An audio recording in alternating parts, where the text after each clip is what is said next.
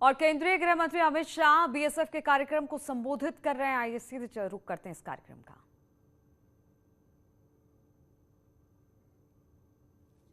और ढेर सारी चर्चा करने के बाद अब इसको स्वीकृत भी किया गया है। पूर्णतः चैलेंजेस को देखें तो ड्रोन के खिलाफ हमारी मुहिम बहुत महत्वपूर्ण आज के समय में होती है। ड्रोन के खिलाफ की प्रणालियों को विकसित करने के लिए डीआरडीओ और हमारी अन्य एजेंसियां लगी हैं। बहुत कम समय में मुझे भरोसा है कि ड्रोन विरोधी स्वदेशी प्रणाली के साथ हम सीमा पर अपनी तैनाती बढ़ाएंगे और इस खतरे को भी हम पार कर लेंगे। लगभग सुरक्षा बल ने 15 अरब रुपए के नारकोटिक्स को पकड़ा है, 4.5 करोड़ के सोना चांदी को पकड़ा है, 15 आतंकवादियों को मार गिरा है और लगभग 2000 आतंकवादियों को घुसपैठियों को पकड़ने का काम किया है। नक्सल विरोधी अभियान में भी पूर्वोत्तर राज्यों की सीमा सुरक्षा में भी बल ने बहुत अच्छा काम किया है। मगर हम सब ने इस चैलेंज को भी स्वीकार करना पड़ेगा कि सरहद की उस पार से अब भविष्य में आर्टिफिशियल इंटेलिजेंस और रोबोटिक टेक्निक का भी उपयोग होने की संभावना हो सकती है। ड्रोन के खिलाफ तो हम सारे R&D के प्रोजेक्ट को बहुत बल देकर आगे बढ़ा रहे हैं, परंतु इसके लिए भी एक दीर्घकालिक योजना बनानी पड़ेगी।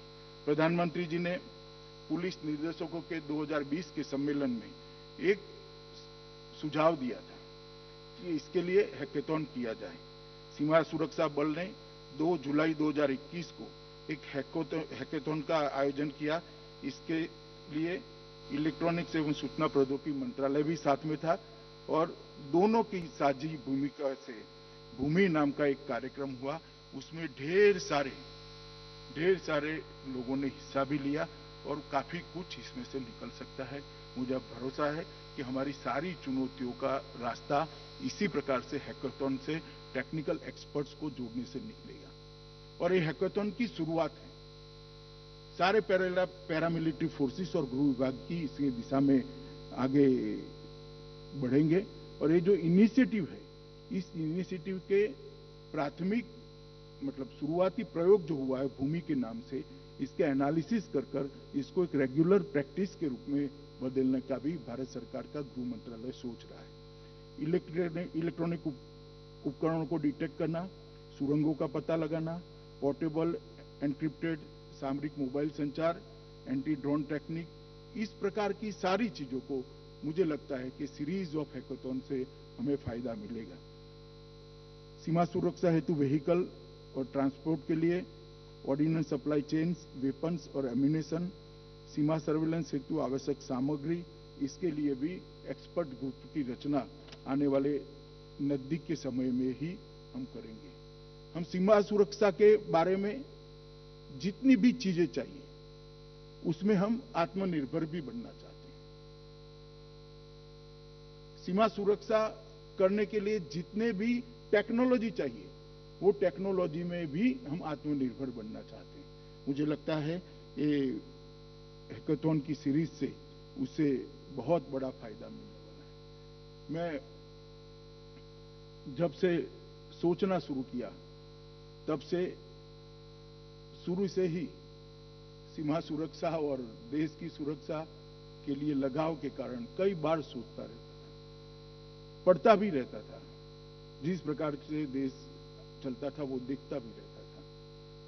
फिर राजनीति में आया, अलग अलग जिम्मेदारियां भी मिली, मगर वो यात्रा कभी नहीं रुकी। मुझे कई बार ऐसा होता था कि इस देश की रक्षा नीति है या नहीं। जब तक श्री नरेंद्र मोदी देश के प्रधानमंत्री नहीं बने, हमारी स्वतंत्र रक्षा नीति ही नहीं थी। वो विदेश नीति से प्रभावित थी या तो विदेश नीति रक्षा नीति पर ओवरलैप कर रही थी। नरेंद्र मोदी बनने के बाद ही स्वतंत्र रक्षा नीति हुई कि हमारा सभी के साथ शांति का इरादा है, मगर हमारी सीमाओं के साथ कोई छेड़खानी करेगा, हमारी संप्रभुता को कोई अगर चैलेंज करेगा तो रक्षा नीति की प्राथमिकता है उसको उसी भाषा में जवाब दिया जाएगा। और ये बहुत बड़ी उपलब्धि है। देश को एक अच्छी रक्षा नीति की जरूरत थी जो देश के प्रधानमंत्री नरेंद्र मोदी जी ने दी है, और मैं मानता हूं इसके बगैर ना देश का विकास हो सकता है।